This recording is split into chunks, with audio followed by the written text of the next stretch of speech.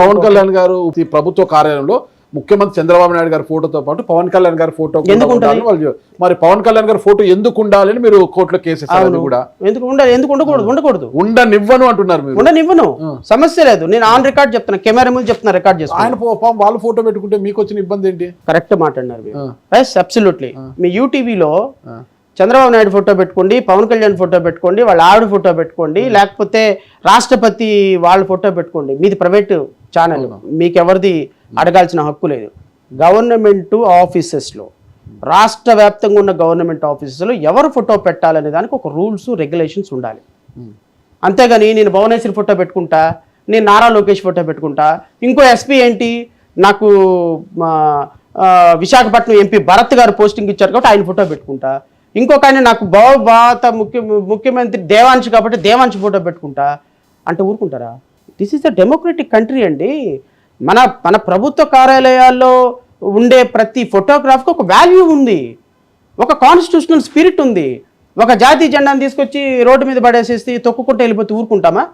ఒక రాష్ట్ర ప్రధాన కార్యాలయంలో, ఒక ఎస్పీ ఆఫీస్లో, ఒక కలెక్టర్ ఆఫీస్లో, ఒక ఒక ఒక తహసీల్దార్ ఆఫీస్లో, ఒక పెద్ద ప్రిన్సిపల్ సెక్రటరీ ఆఫీస్లో ముఖ్యమంత్రి చంద్రబాబు నాయుడు కాన్స్టిట్యూషనల్ అథారిటీ కాబట్టి ఆయన ఫోటో పెట్టుకోవచ్చు. What is his status? Pawan Kalyan status ఏంటి? దానికి ఒక రూల్ ఉండాలి, పాడు ఉండాలి. నీ ఇష్టం వచ్చినట్టు మద్దతు ఇచ్చాను కదా, నీ ప్రభుత్వాన్ని నిలబెట్టాడు కదా, 23 సీట్లు 22 సీట్లు 21 సీట్లు ఇచ్చాను కాబట్టి ఆయన మద్దతు ఇచ్చాడు కాబట్టి నేను ముఖ్యమంత్రి అంటే మీ ఇంట్లో పెట్టుకో. నేను చంద్రబాబు నాయుడు గారిని ఏమంటున్నానంటే మీ ఇంట్లో నిలువెత్త కటౌట్ పెట్టుకో. నేనే వద్దన్ను, నాకేం సంబంధం? ఎస్పీ ఆఫీస్లో నువ్వెవడు పెట్టడానికి, కలెక్టర్ ఆఫీస్లో నువ్వెవడు పెట్టడానికి? What is his status? What is his capacity? లేదు, రూల్ తయారు చేయి. ఇదిగో డిప్యూటీ చీఫ్ మినిస్టర్ ఫోటో ప్రతి కార్యాలయంలో ఉండాలి, జీవో ఇష్యూ చేయి. జీవో లేదు, రూల్ లేదు, ఆయన కాన్స్టిట్యూషనల్ పోస్ట్ లేదు. నువ్వు ప్రభుత్వ కార్యాలయాల్లో ప్రభుత్వ ఎక్సెక్కర్ నుంచి డబ్బులు అన్ని రాష్ట్రాలకి అన్ని ప్రభుత్వ కార్యాలయాలు ఉంటాయి నాగరాజు గారు. ఈ ప్రభుత్వ కార్యాలయాన్నిటికి ఎవరి డబ్బుతో పవన్ కళ్యాణ్ ఫోటో తయారు చేసి పంపిస్తున్నావు?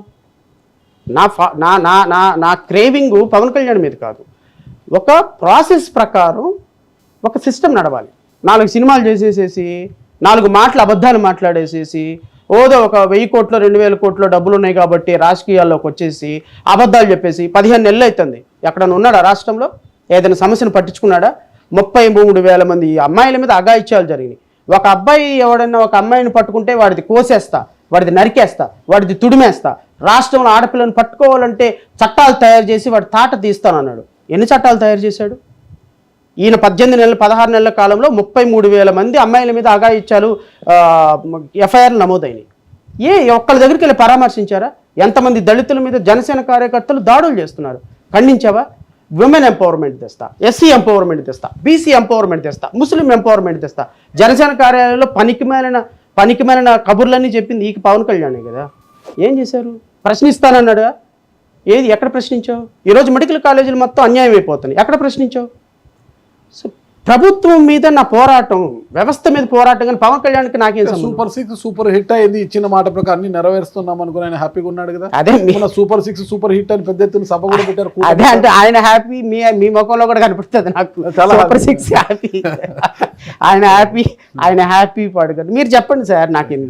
ఇప్పుడు మీరు ఇంటర్వ్యూ చేస్తున్నారు, నేను సమాధానం చెప్తున్నా. కొన్ని సందర్భాల్లో నేను కూడా కొన్ని మిమ్మల్ని ప్రశ్నలు అడిగే హక్కు నాకు కూడా. 100%. సో ఆ ప్రశ్న అడుగుతున్న సందర్భంలో సూపర్ 6లో మొదటి సూపర్ హామీ ఏంది? యువతకి 20 లక్షల ఉద్యోగాలు, నెలకు 3,000 నిరుద్యోగ భృతి. ఇది అయిందా? ఉద్యోగ కల్పన చేస్తున్నారు, సంవత్సరానికి 20 లక్షల ఉద్యోగాల కల్పన ఆబ్లిక్ నెలకు 3,000 రూపాయలు నిరుద్యోగ భృతి. ఇది అయిందా? ఆ వేటలో ఉన్నారు. అయ్యిందా? అవుతుందా? మీరు అశ్వత్థామ కుంజర హతహ అని చెప్పొద్దు. ఆన్సర్ అయ్యిందా లేదా? అయిందా లేదా? లేదు, పోయింది. ఇంక సూపర్ 6 సూపర్ హిట్ ఆడుంది. సూపర్ హిట్ సూపర్ ఫ్లాప్ మొదటిదే పోయింది, ఆదిలోనే అంశపాద. ఇది ఒక ప్రభుత్వం సార్. ఇది ఒకసారి మీరు ఆలోచించండి. ఒక ప్రభుత్వంలోకి రాగలిగినటువంటి ఒక అవకాశము నాకు లేకపోతే పోరాటం చేస్తున్న మిగతా నాయకులకు లేదు. కష్టమో నష్టమో మీరు అన్నట్టు మేము పోటీ చేస్తే 500 ఓట్లు వస్తున్నాయి. మేము ఏదో 5 సంవత్సరాలు గాయగాయమని అరుస్తున్నాం, ప్రజల కోసం చేస్తున్నాం. మేము ఎప్పటికీ అధికారంలో రాము, వస్తాము, అది ప్రజలు నిర్ణయించుకుంటారు, అది వదిలేయండి. అధికారంలోకి వచ్చే అవకాశం ఉన్నవాళ్ళు ఇప్పుడు నేను ఒక న్యాయవాదిని, నాకు రూల్స్ లేవు, రెగ్యులేషన్స్ లేవు, నేనే రాజ్యాంగ పదవిలో లేను, నేను ఏ సందర్భంలో ప్రభుత్వానికి సంబంధించిన ఒక రూపాయి కూడా రాజ్యాంగబద్ధంగా నడుచుకోవాలి కదా. అదే చెప్తున్నా, నేను ఏది లేదు. కానీ నేను మాట్లాడేటప్పుడు ఏదైనా ఒక స్టేట్మెంట్ ఇచ్చేటప్పుడు 1కి 10 సార్లు వెరిఫై చేసుకొని మాట్లాడాల్సిన బాధ్యత నాకు ఉంటుంది. ఏది ఒక సాధారణమైన న్యాయవాదిగానే నాకు ఆ సిగ్గుంది, నాకు ఆ లజ్జ ఉంది, నాకు ఆ బిడియం ఉంది. మనం ఈరోజు మాట్లాడతాము, మళ్ళీ రేపొద్దున అది కెమెరా ముందు రికార్డ్ అవుద్ది, మీలాంటి వాళ్ళు ఎవడన్నా పట్టుకున్నాడంటే జీవితం చితనం అయిపోద్ది. ఇదిగో ఆ రోజు ఇట్ట మాట్లాడు, ఈరోజు ఇట్ట మాట్లాడు, నాడు నేడు అని పోస్టర్ వేస్తారు. ఎందుకు వచ్చిన తలకాయ నొప్పి? మనం మాట్లాడేటప్పుడు కాస్త బాధ్యతాయుతంగా మాట్లాడదాము. తప్పుడు స్టేట్మెంట్ పవన్ కళ్యాణ్కి అది ఉందా? చంద్రబాబు నాయుడుకి అది ఉందా? వాళ్ళకి తెలిసి ఎన్ని అబద్ధాలు ఆడారు ఎలక్షన్ మేనిఫెస్టోలో, ఎన్ని అబద్ధాలు చెప్పారు. ఈ విధంగా అబద్ధాలు చెప్పి ప్రజలను మోసం చేసి ఈరోజు అధికారంలోకి వచ్చిన తర్వాత ఇలా మాట్లాడుతుంటే నాగరాజు గారు ప్రశ్నించడం తప్ప? మీరు ఆ రోజు అన్నారు కదా, ఎందుకు చేయలేదయా, మీకు అధికారం ఇచ్చాము, మీకు ఈరోజు ఉప ముఖ్యమంత్రి పదవుల్లో కూర్చోబెట్టి మీరేమో ఎక్కడికన్నా రావాలి అంటేనేమో హైదరాబాద్ నుంచి ఇక్కడికి మీ సొంత కారులో పెట్రోల్ కొడుచుకొని రావాలా? వీళ్ళు వెళ్ళటానికి మాత్రం 200 కార్లు పవన్ కళ్యాణ్ హైదరాబాద్ వెళ్తే ఇక్కడ నుంచి స్పెషల్ చాపర్లు 200 కార్లు సెక్యూరిటీ, ఇక్కడ మంది మార్బలు, నువ్వు హైదరాబాద్లో 3 రోజులు ఉంటే 3 రోజులు నీకు కాపలా, మళ్ళీ అక్కడి నుంచి నువ్వు ఎక్కడికైనా వెళ్తానంటే చెప్పరు. ఇవన్నీ ఎవరి డబ్బులు? ఆంధ్రప్రదేశ్ డబ్బులు కదా.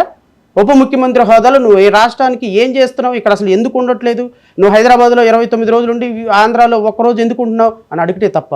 ప్రజల డబ్బుతోటి నువ్వు అధికారం అనుభవిస్తూ ప్రజలకు అబద్ధాలు చెప్పి నువ్వు అధికారంలోకి వచ్చావు అనేది మా బాధ. నువ్వు వచ్చిన తర్వాత ఏం చేస్తున్నావు అనేది మా బాధ.